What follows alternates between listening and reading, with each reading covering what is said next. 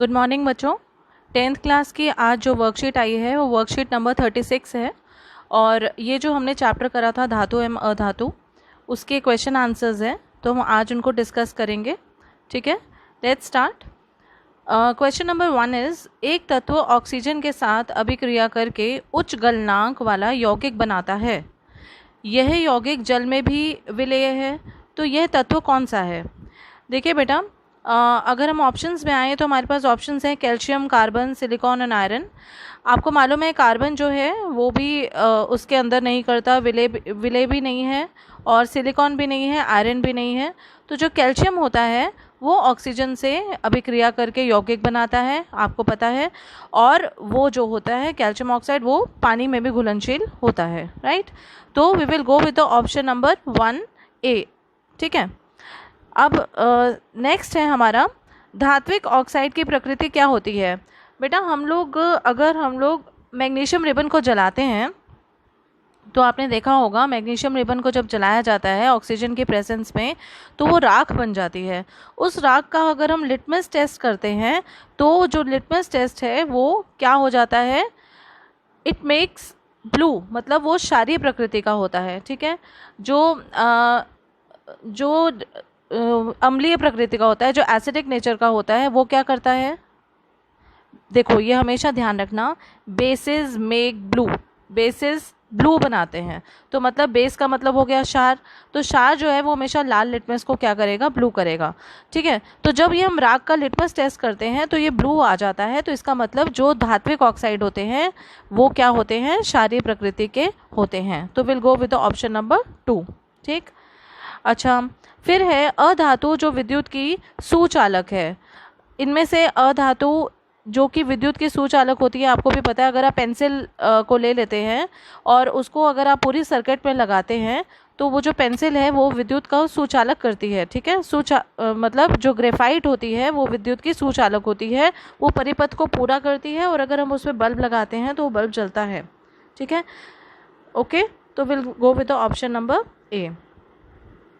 उसके बाद है कॉपर, सिल्वर और एल्यूमिनियम की उनकी सक्रियता के आधार पर बढ़ते क्रम में नियोजित कीजिए। देखो बेटा, अगर सक्रियता श्रेणी की बात की जाए जिसे रिएक्टिविटी सीरीज़ कहा जाता है, तो ये आती है लास्ट में, पहले कॉपर आता है Hg, Ag, Au, Pt, ये लास्ट की हैं। तो जो सिल्वर होता है ना वो सबसे नीचे होता है। ठीक है, तो फर्स्ट नंबर पे सिल्वर होगा जो सबसे कम रिएक्टिव है, दूसरे नंबर पर कॉपर होगा और एल्यूमिनियम जो होता है वो सबसे ऊपर होता है। ठीक है, तो 1 silver, 2 copper, 3 aluminium, will go with that. Okay, next है अभिक्रियाशीलता के आधार पर अवरोही क्रम में व्यवस्थित सामान्य धातु की सूची को क्या नाम दिया जाता है? सक्रियता श्रेणी, जैसे मैंने अभी बताया, क्या नाम दिया जाता है, सक्रियता श्रेणी। क्वेश्चन नंबर 6 है डैश अभिक्रियाशील धातुएं अपने से डैश अभिक्रियाशील धातुओं को उनके लवण विलयन से विस्थापन कर सकती हैं। ऑब्वियसली जो ज़्यादा अधिक अभिक्रियाशील धातु है वही तो कम अभिक्रियाशील धातु को हटाएगी ना उसकी जगह से, तो पहले में अधिक आ जाएगा, दूसरे में कम आ जाएगा। Okay, we go with the next option, next question, अधातुओं द्वारा बनाए गए आयन का नाम बताइए। अधातुओं द्वारा जो अधातु जो होते हैं वो क्या करते हैं, गेन करते हैं। ठीक है, तो वो ऋणी होते हैं तो इसलिए उनको ऋणायन कहा जाता है। लेकिन जो धातुएं होती हैं वो धनी होती हैं, वो अपने इलेक्ट्रॉन लूज करती हैं, वो दे देती हैं दूसरे को, तो वो धनी होती हैं। तो धातुएं धनी होती हैं और अधातुएं ऋणी होती हैं, तो अधातु का क्या आएगा आंसर हमारा, ऋणायन। ओके, नेक्स्ट है कुछ धातुएं जल के साथ बिल्कुल भी अभिक्रिया नहीं करती, ऐसी किसी धातु का नाम बताइए। कुछ धातुएं जल के साथ बिल्कुल नहीं अभिक्रिया करती, सोना है, सोना लिख दीजिए। ठीक है, गोल्ड है, वो नहीं रिएक्ट करती। आप गोल्ड की चूड़ी पहन के रखते हैं, उससे पानी पड़ता है तो कोई दिक्कत थोड़ी ना होती है। पृथ्वी की सतह पर प्रचुर मात्रा में पाए जाने वाली धातु कौन सी है? क्वेश्चन नंबर 9, तो हम जो सबसे ज़्यादा है वो है एल्यूमिनियम। फिर है किसी तत्व जिसका कि एटॉमिक नंबर 16 दिया हुआ है, उसका इलेक्ट्रॉनिक विन्यास है 2 8 6। तो हमें ये क्वेश्चन पूछा गया है कि ये 6 इलेक्ट्रॉन का त्याग करेगा अथवा 2 इलेक्ट्रॉन ग्रहण करेगा। देखो बेटा, 2 8 6 मतलब इसको 8 बनाने के लिए हमें 2 की ज़रूरत है, तो ये ऑब्वियसली 2 ग्रहण करेगा। ठीक है, now we come to next question. हमारे आ जाते हैं ये वाले लघु उत्तरीय क्वेश्चन, ठीक है। तो उसमें हमारा पहला क्वेश्चन है, निम्नलिखित अभिक्रियाओं के समीकरणों को पूरा कीजिए। देखिए अगर पहले वाले को देखा जाए तो हमारा पहला वाला है Fe+H2O। अगर Fe+H2O करेंगे तो बेटा Fe3O4 बनेगा, प्लस साथ में H2 गैस निकलेगी, ठीक है। ओके, तो इसको बैलेंस करना पड़ेगा आपको, ये आप बैलेंस करेंगे, इक्वेशन को बैलेंस करना पड़ेगा, लेकिन आंसर हमारा क्या है Fe3O4 + H2। ओके, और यहाँ पे 3 आयरन है तो यहाँ पे 3 लग जाएंगे और यहाँ पर भी 3 लग जाएगा, ठीक। तो ये आप बैलेंस कर लेंगे। फिर सेकंड है, कैल्शियम जब वाटर के साथ रिएक्ट करता है तो क्या होता है बेटा, तो कैल्शियम जो है वो CaOH2 बनाता है, कैल्शियम हाइड्रोक्साइड, और H2 गैस निकलती है। ओके, तो इसमें भी आपको बैलेंस करना पड़ेगा। यहाँ पे कैल्शियम 2 आ जाएगा, ठीक है, और O2 है ही यहाँ पर, ठीक, और यहाँ पे 2 हैं, तो ये ऐसे बैलेंस हो जाएगा। ओके, फिर है K और H2O मिलके क्या बनाते हैं, K और H2O मिलके KOH बनाते हैं, प्लस H2 गैस निकलती है। बैलेंसिंग कर लीजिएगा, यहाँ पे H के 2 हैं, यहाँ पे भी 2 हैं, ठीक है। यहाँ पे पोटेशियम 1 है, यहाँ पे भी पोटेशियम 1 है, यहाँ ऑक्सीजन 1 है, लेकिन यहाँ पे जो हाइड्रोजन है वो 3 है, ठीक है ना, 2 और 1, और यहाँ पर 2 है, तो आप उसको बैलेंस कर दीजिएगा, KOH + H2, राइट। H2 यहाँ पर है और यहाँ पर कितने हैं, 3, तो अगर हम यहाँ पे 2 लगाते हैं तो यहाँ पे भी 2 लगाते हैं तो हमारे पास यहाँ 4 हो जाएंगे और यहाँ पे भी 4 हो जाएंगे। ओके, और यहाँ पे भी 2 लगाना पड़ेगा, तो ये हो गया हमारा बैलेंस कर लीजिएगा, ठीक है। अच्छा, अब हम नेक्स्ट क्वेश्चन में जाते हैं। प्रायः जब धातुओं की अभिक्रिया खनिज अम्लों के साथ करवाई जाती है तो हाइड्रोजन गैस निकलती है, ठीक है, लेकिन जब धातु की अभिक्रिया तनु नाइट्रिक एसिड के साथ कराई जाती है तो हाइड्रोजन गैस क्यों नहीं निकलती, क्योंकि जो नाइट्रिक एसिड है वो एक ऑक्सीकारक है, ठीक है, वो खुद ही ऑक्सीडाइज होके हाइड्रोजन गैस नहीं निकालता, एक नाइट्रोजन का ऑक्साइड निकाल देता है वो, तो इसकी वजह से ये हाइड्रोजन गैस नहीं निकलती, ठीक है।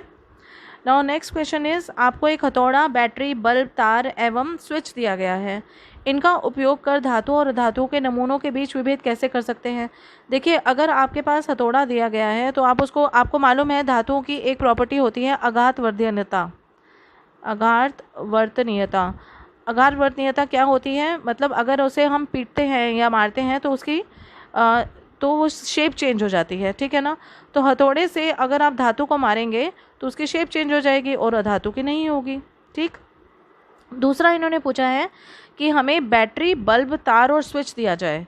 देखो बैटरी, बल्ब, तार दिया जाए और एक स्विच दिया जाए। ओके, तो अगर वो धातु होगी, अगर वहाँ पर धातु होगी तो ऑब्वियसली ये बल्ब जो है ये जलेगा, ठीक है, और अगर अधातु होगी तो नहीं चलेगा, क्योंकि धातुएं क्या होती हैं, सुचालक होती हैं, ठीक, और अधातुएं कुचालक होती हैं। एक्सेप्शंस होते हैं, लेकिन अदरवाइज अगर हम ब्रॉड स्पेक्ट्रम में देखें तो धातुएं जो होती हैं वो सुचालक होती हैं, राइट। तो इस तरीके से हम इनको वो कर सकते हैं, विभेद कर सकते हैं। नाउ नेक्स्ट क्वेश्चन है, धातुओं और अधातुओं में विभेदन के लिए इन परीक्षणों का आकलन कीजिए। मतलब हमें ये बताना है, जैसे मैंने बताया कि जो हथौड़ा लेंगे तो धातु जो है वो उससे पिट जाएगी, मतलब उससे अफेक्टेड होगी, और अधातु नहीं होगी। और इस तरह बैटरी, बल्ब, तार और स्विच लेंगे तो धातु जो होगी वो सुचालक होगी, बल्ब जलाएगी, और अधातु नहीं जलाएगी। क्लियर है सबको। नेक्स्ट है, उभयधर्मी ऑक्साइड क्या होते हैं। उभयधर्मी ऑक्साइड वो होते हैं जो कि क्षार तथा अम्ल दोनों के साथ रिएक्ट करते हैं। इनको इंग्लिश में एम्फोटेरिक ऑक्साइड्स भी कहा जाता है। They react both with acids as well as bases, ठीक है। और इसमें फिर आपको एग्जांपल्स देने हैं, 2 उभयधर्मी ऑक्साइड के उदाहरण देने हैं, अभिक्रियाओं सहित देने हैं। वो मैं अभिक्रिया आपको लिख कर दे दूँगी अभी कॉपी में। लेकिन वैसे उभयधर्मी ऑक्साइड्स कौन से होते हैं, जो एम्फोटेरिक होते हैं, ठीक है, और जो एसिड से भी रिएक्ट करते हैं और बेसिस के साथ भी रिएक्ट करते हैं।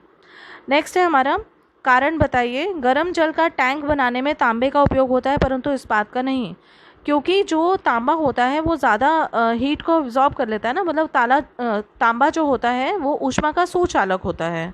क्या होता है, ऊष्मा का सुचालक होता है। इसके लिए उसको क्या कहते हैं हम, इस्तेमाल करते हैं टैंक बनाने के लिए, लेकिन इस्पात का इस्तेमाल नहीं होता है। ठीक है। फिर है आभूषण बनाने में सोने और चांदी का उपयोग क्यों किया जाता है भाई? आभूषण बनाने में सोने और चांदी का उपयोग इसलिए किया जाता है कि जो सोना और चांदी है ना वो पानी के साथ रिएक्ट करते हैं, ना वो ऑक्सीजन के साथ रिएक्ट करते हैं, और उनमें चमक भी बहुत ज़्यादा होती है।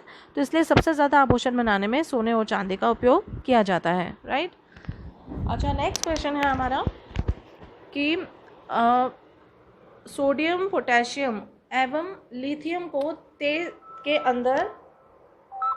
के अंदर संग्रहित किया जाता है। ठीक है, ये हमारा क्या क्वेश्चन है कि उनको तेल के अंदर क्यों संग्रहित किया जाता है? बेटा ये बहुत रिएक्टिव होती हैं धातुएं, तो इसकी वजह से हम लोगों को, अगर इनको हम हवा में छोड़ देते हैं तो फिर इसकी वजह से ये ना उनमें आग तक पकड़ी जा सकती है, तो इसकी वजह से इनको तेल में संग्रहित किया जाता है। ठीक। अच्छा, फिर है जिंक, मैग्नीशियम और कॉपर के धात्विक ऑक्साइड जो हैं वो हमें दिए हुए हैं निम्न धातुओं में। तो अब हमें क्या करना है, हमें ये बताना है कि इनमें रिएक्शन होता है, कैसा होता है। ठीक है, तो अब हम चलेंगे इसमें, एक सेकेंड। हाँ, पहला है जिंक ऑक्साइड दी हुई है, तो ऑब्वियसली जिंक के साथ तो इसका कोई रिएक्शन नहीं होगा। ठीक है, ठीक। और उसके बाद फिर इसके साथ ये भी नहीं होगा, ये होगा, मैग्नीशियम के साथ होगा। ठीक है, और मैग्नीशियम ऑक्साइड के साथ नहीं होगा, कॉपर ऑक्साइड के साथ होगा। ठीक है, और उसके बाद कॉपर के साथ भी इसका ये कोई रिएक्शन नहीं होगा। ठीक है, तो हमारे ये राइट है, ये आप लगा लीजिएगा। ठीक, इन बाकी के साथ रिएक्शन नहीं होगा। अच्छा, फिर हमारे पास है किस स्थिति में विस्थापन अभिक्रिया घटित हो गई, मैंने बता दिया ना आपको। अब नेक्स्ट क्वेश्चन है, किसी एक ऐसी धातु का उदाहरण दीजिए जिसकी आघात वर्धनीयता सबसे अधिक होती है। आघात वर्धनीयता किसकी अधिक होती है? गोल्ड की भी हो सकती है, ठीक है, सिल्वर की भी हो सकती है, लेकिन यहाँ पर हम गोल्ड लिखेंगे, तो गोल्ड की सबसे ज़्यादा होगी। और फिर है जिसकी ऊष्मा की सुचालकता सबसे अधिक होती है। ऊष्मा का सुचालक कौन सा होता है बताइए? धातु को, सोना तो हो गया उसका आघात वर्धनीयता का, ठीक है। ऊष्मा की जो सुचालक है, अभी हम लोगों ने पढ़ा तांबे का हम प्रयोग करते हैं ना, तो उसमें ऊष्मा की सुचालक सबसे अधिक होती है। और फिर यह है कि जो उन्मुक्त अवस्था में नहीं पाई जाती वो लिथियम होती है। ठीक है, क्या होती है? लिथियम। ओके, नेक्स्ट है जब एक धातु एक्स, एल्यूमिनियम में ऐसा कौन सा गुण है जिसके कारण उद्योग जगत में इसकी काफ़ी मांग है? भाई जो एल्यूमिनियम है, एक तो मैंने आपको बताया कि वो सबसे ज़्यादा वो होता है, धरती में सबसे ज़्यादा वही पाया जाता है। ठीक है, यही हमने पढ़ा ना। तो जब धरती में ये बहुत ज़्यादा पाया जाएगा और उसके बाद ये सस्ता भी होगा, ठीक है, और इसकी जो मिलने की वो है, ऑब्वियसली इसकी जो अधिकता है वो बहुत अधिक है। इसकी वजह से उद्योग जगत में सस्ता होने के कारण, अधिकता होने के कारण और मल्टीपल यूजेस होने की वजह से इसको जो है एल्यूमिनियम को प्रेफर किया जाता है। ठीक है, अच्छा, फिर है नेक्स्ट क्वेश्चन, एक सेकेंड। हाँ, नेक्स्ट क्वेश्चन है कि जब एक धातु X की अभिक्रिया ठंडे जल से कराई जाती है तो वह एक क्षारीय लवण देता है जिसका आणविक सूत्र है XOH। ठीक है, वो गैस Z का निष्कासन करता है। यह आसानी से आग पकड़ लेता है। X, Y और Z को पहचानिए और इस रासायनिक प्रक्रिया को भी लिखिए। देखो, सबसे पहली बात है कि अभिक्रिया ठंडे जल से भी की जाती है और एक क्षारीय लवण भी देता है जिसका XOH है। ठीक है, और गैस जो निकल रही है, ऑब्वियसली यहाँ पर H2 गैस निकल रही है। ठीक है, और ये ठंडे जल के साथ भी रिएक्ट कर लेता है। मैंने आपको बताया ना कि जो ठंडे जल के साथ भी जो सबसे रिएक्टिव है, अभी हम लोगों ने कौन सी पढ़ी कि सबसे ठंडी जो सबसे ज़्यादा जो रिएक्टिव हैं वो मेटल्स कौन से हैं? सोडियम है, पोटेशियम है। तो ये ऐसी वाली जो धातुएं हैं, ये जो हैं बहुत जल्दी वो आग पकड़ लेती हैं और H2 गैस निकालती हैं, और इनका जो सूत्र जो होता है वो ये XH2 होता है। ठीक है, ओके। तो फिर हम लोगों को इन्होंने बताया है X, Y, Z को पहचान। अब आप बताइए कि इसमें से कौन सी होगी? तो ये हमारे पास होगी Na2O। ठीक है, ये समझ आ गया सबको। जब एक धातु X की अभिक्रिया ठंडे जल से कराई जाती है वो एक क्षारीय लवण देता है, ठीक, और जिसका आणविक सूत्र है XOH। नहीं, तो 9 है बेटा, उसमें इन्होंने बोला है कि अभिक्रिया ठंडे जल से कराई जाती है। ठंडे जल से आपको पता है दोनों, अभी मैंने आपको ऊपर वाले आंसर में बताया कि सोडियम और जो पोटेशियम है वो जो है वो बहुत रिएक्टिव मेटल्स हैं और वो NaOH बनाते हैं और KOH बनाते हैं, राइट। तो इसका और गैस कौन सी निकलती है, वो H2 गैस निकलती है, ठीक। तो यही बस आपको बताना है और इसकी अभिक्रिया लिखनी है आपको, ठीक है, कि NaOH जो है NaOH बनता है Na प्लस ऑक्सीजन के साथ वाटर के साथ हम लोगों को क्या बताना है, NaOH, ठीक है, प्लस H2। इसी तरह पोटेशियम भी आप लिख सकते हैं। नेक्स्ट है क्वेश्चन नंबर 10, दी गई संरचना को देखिए, वो लिखिए। रासायनिक सूत्र इसमें देखिए ये हमें आपको यहाँ पे दिया हुआ है Na2O, ओके। तो यहाँ पे ऑब्वियसली धातु सोडियम है और अधातु ऑक्सीजन है, ठीक है। अब इसमें जो धनी है सोडियम जो है वो अपने दो, मतलब सोडियम जो है एक इलेक्ट्रॉन दे रहा है, दो सोडियम, मतलब एक सोडियम एक इलेक्ट्रॉन दे रहा है, दूसरा सोडियम एक इलेक्ट्रॉन दे रहा है। तो ऑब्वियसली ये इलेक्ट्रॉन दे रहा है तो ये धनी है, तो जो सोडियम हो जाएगा वो धनायन हो जाएगा, सॉरी, जो सोडियम हो जाएगा वो धनायन हो जाएगा और ऑक्सीजन जो होगा वो ऋणायन हो जाएगा, ठीक है। अब हमारे नेक्स्ट क्वेश्चन आते हैं, दीर्घ उत्तरीय प्रश्न। ये है, दो परमाणुओं A और B से बनने वाले यौगिक के निर्माण में A 2 इलेक्ट्रॉनों को त्याग करता है, वो B 1 इलेक्ट्रॉन ग्रहण करता है, ठीक है। तो A और B के बीच बनने वाले आबंध की प्रकृति क्या है और A और B से बनने वाले इस यौगिक का सूत्र भी बताइए। देखिए आपके पास दो परमाणु दिए हुए हैं, आपको कौन से दिए हुए हैं, A और B, राइट। और A और B से बनने वाले यौगिक आ गए के निर्माण में A 2 इलेक्ट्रॉनों का त्याग करता है, मतलब A जो है वो 2 इलेक्ट्रॉन को दे रहा है, ठीक। तो जो आप जानते हो कि जो मैग्नीशियम है, मैग्नीशियम भी 2 इलेक्ट्रॉन्स को देता है, ठीक है। वो B जो है वो एक इलेक्ट्रॉन, वो जो B है वो एक इलेक्ट्रॉन ग्रहण कर रहा है, ठीक है। अब एक इलेक्ट्रॉन ग्रहण करने वाला कौन है, क्लोरीन भी है। तो MgCl2 जो है इसमें मैग्नीशियम 2 इलेक्ट्रॉन देता है, आप देखो इसमें ये 2 इलेक्ट्रॉन देता है, और ये क्लोरीन जो है वो 2 इलेक्ट्रॉन, 2 क्लोरीन है तो ऑब्वियसली वो एक एक इलेक्ट्रॉन लेंगे, तो ये हमारा जो फॉर्मूला बन जाएगा वो MgCl2 बन जाएगा, ठीक है। फिर है, इसी प्रकार बनने वाले MgCl2 के अणु के निर्माण का वर्णन कीजिए। ये हमने बता ही दिया कि Mg जो है वो 2 इलेक्ट्रॉन दे रहा है, एक एक इलेक्ट्रॉन क्लोरीन ले रहा है, लेकिन 2 मॉलिक्यूल्स हैं क्लोरीन के, तो इनके बीच में MgCl2 का आयनिक बॉन्ड बन जाएगा, ठीक। और फिर है, साधारण नमक केवल पिघली अवस्था में विद्युत का संचालन करता है, क्यों? भाई साधारण नमक पिघली अवस्था में इसलिए करता है क्योंकि उसमें मुक्त आयन होते हैं, जब तक उन्मुक्त आयन नहीं होंगे तो इलेक्ट्रॉन्स का मूवमेंट नहीं होगा, तो इलेक्ट्रिसिटी भी कंडक्ट नहीं होगी, ठीक है। फिर है, NaCl का गलनांक उच्च क्यों होता है?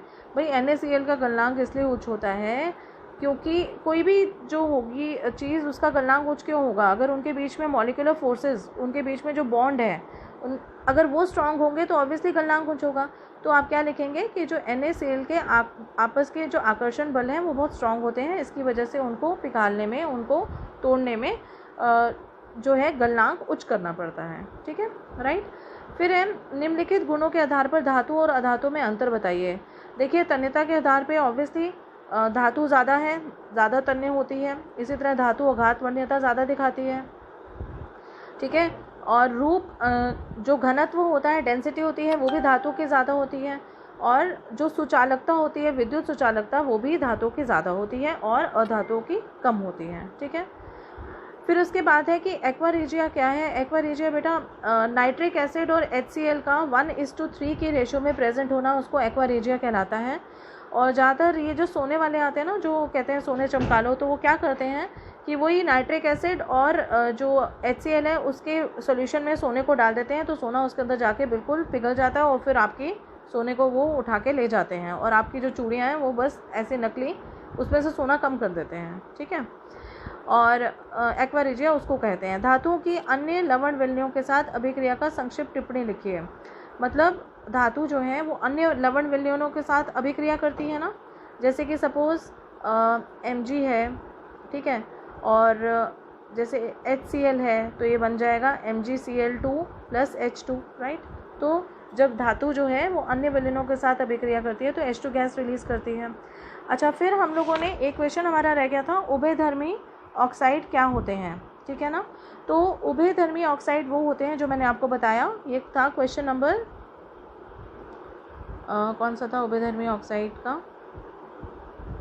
जिसके मैंने एग्जाम्पल नहीं बताए थे। हाँ, उभयधर्मी ऑक्साइड का क्वेश्चन नंबर 4 था कि दो उभयधर्मी ऑक्साइडों के उदाहरण अभिक्रियाओं से लिखिए। देखिए, उभयधर्मी ऑक्साइड वो होते हैं जिनको कि जो दोनों बेस से और एसिड दोनों से रिएक्ट करते हैं। तो इनके उदाहरण है हमारे पास, उदाहरण नहीं बताए थे मैंने, एल्यूमिनियम ऑक्साइड और जिंक ऑक्साइड, ठीक है। तो इनके रिएक्शंस यही हैं कि एल्यूमिनियम जो है वो बनाता है ऑक्साइड्स के साथ Al2O3, ठीक है, और जो जिंक बनाता है वो बनाता है जिंक ऑक्साइड। ये इनके दोनों के रिएक्शंस हैं और एग्जांपल्स हैं। आई होप आपको समझ आया होगा। कोई क्वेश्चन रह जाए, कोई क्वेरी हो तो I am always there for you. Take care, bye bye.